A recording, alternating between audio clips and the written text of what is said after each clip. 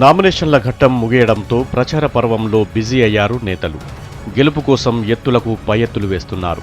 వరంగల్ జిల్లాలో జనగాం, మహబూబాబాద్ మున్సిపాలిటీలకు, నర్సంపేట, పరకాల, భూపాలపల్లి నగర పంచాయతీలకు ఎన్నికలు జరగనున్నాయి. జిల్లాలో మొత్తం 116 వార్డులుంటే 1066 నామినేషన్లు దాఖలయ్యాయి. ఆయా పార్టీలు రెబల్ అభ్యర్థులను బుజ్జగించడంతో 379 మంది పోటీ నుంచి తప్పుకున్నారు. 689 మంది ఇండిపెండెంట్ అభ్యర్థులుగా బరిలో ఉన్నారు.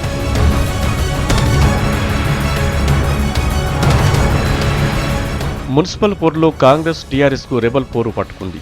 అనూహ్యంగా చివరి నిమిషంలో టీపీసీసీ అధ్యక్షుడు పొన్నాల లక్ష్మయ్య చక్రం తిప్పడంతో కాంగ్రెస్ రెబల్ అభ్యర్థులు భారీగా నామినేషన్లు ఉపసంహరించుకున్నారు.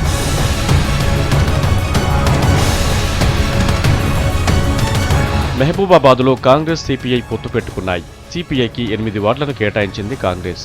గెలుపు కోసం అధికార, ప్రతిపక్ష పార్టీల అభ్యర్థులు ఎత్తులకు పై ఎత్తులు వేస్తున్నారు.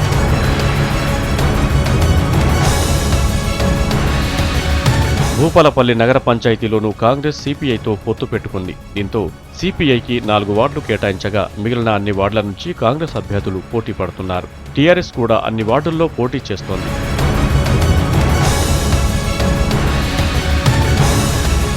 టీడీపీ, బీజేపీ పార్టీల పొత్తులపై స్పష్టత రాకపోవడంతో విడివిడిగా పోటీ చేస్తున్నారు. టీడీపీ తరఫున 75 మంది, బీజేపీ నుంచి 74 మంది అభ్యర్థులు బరిలో నిలిచారు. ఇక ఏ పార్టీతో పొత్తు లేకుండా సిపిఎం నుంచి 31 స్థానాల్లో అభ్యర్థులు పోటీలో ఉన్నారు. ఇక సమైక్యవాదాన్ని ఎత్తుకున్న వైసీపీ నుంచి కేవలం 8 మంది అభ్యర్థులు బరిలో నిలిచారు. ఇండిపెండెంట్ అభ్యర్థులు ఇతరులు 263 మంది పోటీలో ఉన్నారు.